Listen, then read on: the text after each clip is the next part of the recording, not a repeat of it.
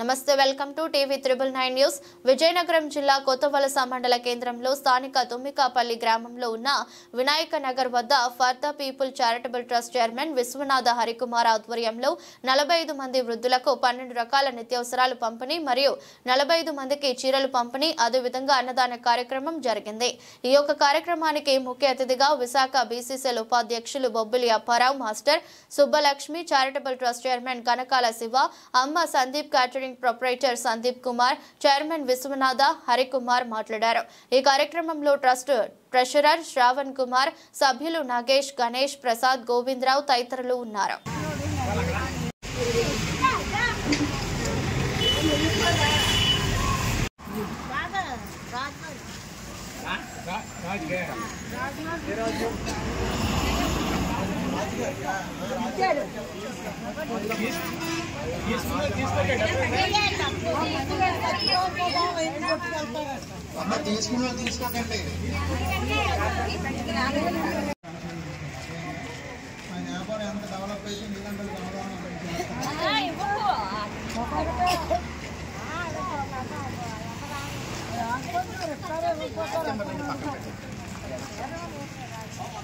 మీరు ఏమి బాధపడకండి అమ్మా.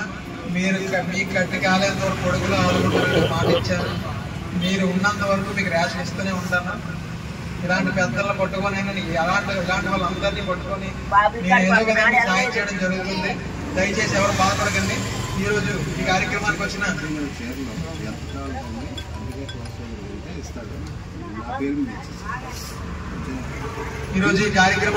ముఖ్య అతిథి అయినటువంటి మా అపర మాస్టర్ గారికి, మా శివాని గారికి చిన్న సత్కారం చేయవలసిందిగా అందరికి ఇంత మంచి కార్యక్రమం ఇవ్వడం అనేది ఇప్పుడు ఈ పట్టుకెళ్తారు అయిపోద్ది, కానీ వచ్చే నెల కూడా ఇస్తాడు. ఎలాగా మన తెలుగుదేశం గవర్నమెంట్ లో మనకి ఎలాగా రేషన్ ఇస్తున్నారు, మీ వికలాంగులకి, వృద్ధులకి, ఒంటరి మహిళలకి అందరికి కూడా ఏదో పెన్షన్ డబ్బుల పైన ఇస్తున్నారు. కానీ మీకు చేదోడు వాదోడుగా ఉండడానికి ఇటువంటి కార్యక్రమాలు చేయడం అనేది చాలా మంచి కార్యక్రమం. అయితే ప్రతిసారి కూడా అరే నువ్వు ప్రతి నెల కూడా అంటే మొత్తం నా మీద భారం అంతా పెట్టకుండా నువ్వు ఎంత సహాయం చేయమంటే అంత సహాయం. ఎందుకంటే చాలా మంది అవుతుంటారు కాబట్టి అందరికీ నా శక్తి కూడా సరిపోవాలి కదా. నాకు రూపాయి వస్తే ఒక గద్దులను గడ్డి పెట్టేస్తాను. అందువల్ల నా వెనకాల తిరిగినోళ్ళు కూడా నేను చూడాలి. అలాగనే నేనే పెద్ద ధనవంతుని కానీ కోటీశ్వరుని కాను. నేను చిన్నప్పుడు సైకిల్ తొక్కునే వ్యాపారాలు చేసినాం మేము. ఇవాళ ఎందుకో భగవంతుడు ఏదో ఇచ్చాడు, మనం అందరికీ పంచాలనే ఉద్దేశం అమ్మా. ఎందుకంటే బాగుంది అనిపిస్తుంది. మీ అందరిలో దగ్గర 30 మంది ఉంటారు కదా, 45 మందా అలా జెంట్స్ కలిపి. ఎందుకంటే ఇందులో చాలామంది తెలుసున్నారు, కొంతమంది తెలియదు. కానీ ఇలాగో దత్తి కాశీ అనుకుంటాను చివరి కూర్చున్నాడు. మిస్సెస్ చనిపోయింది. మా దగ్గర కూర్చుండేవాడు ఎక్కువగా. కానీ ఏదేమైనా ఈ కార్యక్రమం పేపర్లో చూస్తున్నాం, చూసి పేపర్లు తిరగేసేస్తాం. తిరగేసినట్టే ఎలాగైతే పేపర్ తిరగేసేస్తాం అలా మర్చిపోతాం మనం. అంతని గుర్తుండదు, ప్రత్యక్ష మీద ఆధారపడుతుంది.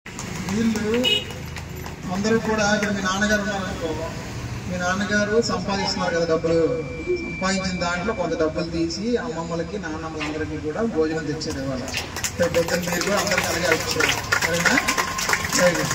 కార్యక్రమం మొదలుపడి మీ చేతుల మీద కూడా మీకు 10 మందికి రేషన్ ఇవ్వడం కూడా జరిగింది ఆయన మన డిసెంబర్ నెలలో కూడా. దాంతోపాటు అన్న ఇవాళ కొత్త సంవత్సరం కదా సందీప్, ఎలాగైనా ఏదో ఒకటి చేయాలి, ఏం చేయాలి చెప్పండి. వాళ్ళకి ఫుడ్ ఏదైనా డొనేట్ చేయాలి. సరే నీట్గా బాక్స్లో ప్యాక్ చేసుకొని ఎవరి బాక్స్ వాళ్ళకి ఇద్దాము అని చెప్పి వెంటనే మీ అందరికీ ఇవ్వడం జరిగింది.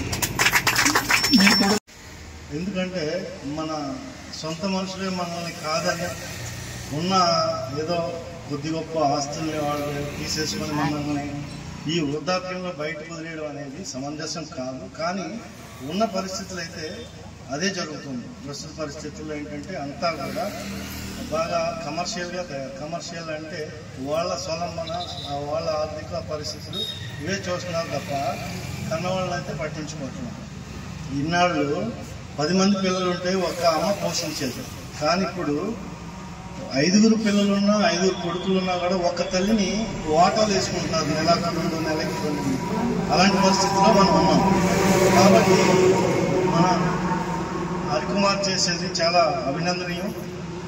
అలాగే నేను కూడా కార్యక్రమాలు చేస్తున్నాను. ఓల్డ్ ఏజ్ హోమ్లకి, తర్వాత అనాథాశ్రమాలకి నేను ప్రతి నెల కూడా ఫుడ్ ఇస్తాను, బట్టలు అన్నీ చేస్తున్నాను. నేను కూడా నేనైతే 2014 నుంచి కార్యక్రమాలు చేస్తున్నాను. నేను మెడికల్గా ఎక్కువ చేస్తాను అన్నమాట. ఈ కళ్ళ ఆపరేషన్లు, అలాగే బ్లడ్ క్యాంపులు, ఎవరైనా ఈ మన వికలాంగులు ఉంటే వాళ్ళకి వీల్ చైర్లు ఇవ్వడం, ఇలాంటివి నేను చేసే కార్యక్రమాలు. ఏదేమైనా ఈరోజు ఈ కార్యక్రమంలో నన్ను భాగస్వామ్యం చేసినందుకు హరికుమార్కి ధన్యవాదాలు, అలాగే నేషనల్కి కూడా ధన్యవాదాలు. అందరికీ నమస్కారం.